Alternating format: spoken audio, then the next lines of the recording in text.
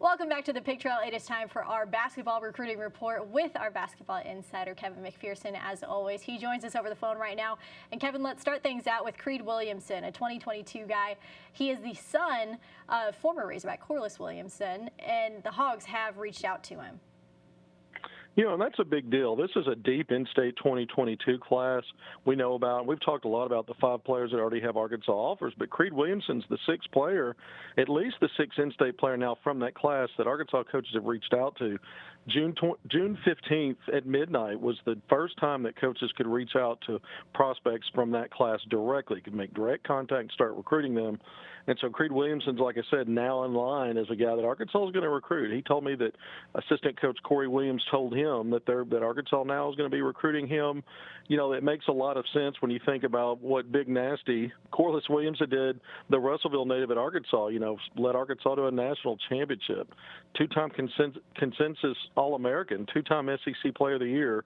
You know, the list goes on what he's meant to Arkansas basketball, and had a nice career not only playing in the NBA, was a 6th man, helped the Detroit Pistons win a NBA title, but also coaching. And so right now he's an assistant. He helps coach his own son, and I've seen those guys go head-to-head inside during practice at Little Rock Christian Academy, and that's where Crede Williamson will be a junior this year. So he's got his dad, you know, not only in his as someone that's in his camp, but someone that's working with him on a daily basis. And what better guy to teach a young man how to play inside? Now, Creed's already a little taller than his dad, 6'8". He's got a big frame. He's not quite as thick in the lower body as his dad, but, man, he looks a part of a high major guy. And listen, Michigan State, Purdue, Missouri, St. John's, these are all high major schools that are showing interest in him. And he recently picked up his first Division I offers from Arkansas, Pine Bluff, and Oral Roberts. So Crede Williamson's a name to keep an eye on. I won't be surprised if down the road sometime he picks up an Arkansas offer. Well, David Patrick, the Hogs' new associate head coach, has wasted 0 time. He got his contract all figured out, and he is already out recruiting for Arkansas.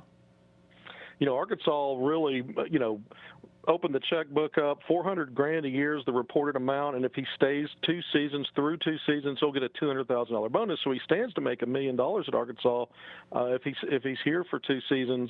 And it's money well spent, I think, because you look at the recruiting ties. This is one of the top recruiters in the country. Has Division I head coaching experience from UC Riverside, so he brings a lot to the table.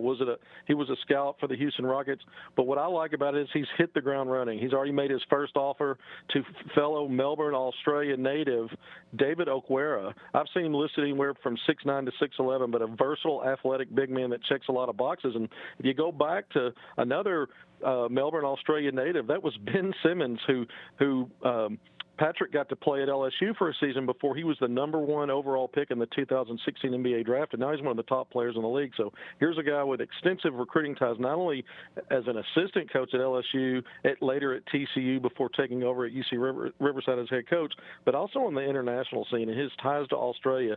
There's another player, class of 2022, Dyson Daniels, a 6'5" combo guard, who Arkansas has an offer out to. Clay Moser's been recruiting him. Eric Musman's been recruiting him. Now David Patrick has a strong, long-time relationship with Dyson Daniels' father. So this just only helps Arkansas. David Patrick being on the scene already within a week. We talk about those 2 guys from his native country, but also he's already reached out to the 2022 in-state prospects, guys like Darian Ford, Nick Smith Jr., Khalil Ware, Joseph Finian. He's already reached out in week 1, made contact, started communication, building that bond with those highly regarded 2022 in-state players. And Kevin, let's talk about 2 guys from the 2021 class. Let's start things off with James White. He just announced his top 12. Arkansas is in it. He averaged 25 points as a junior. What can you tell us about him?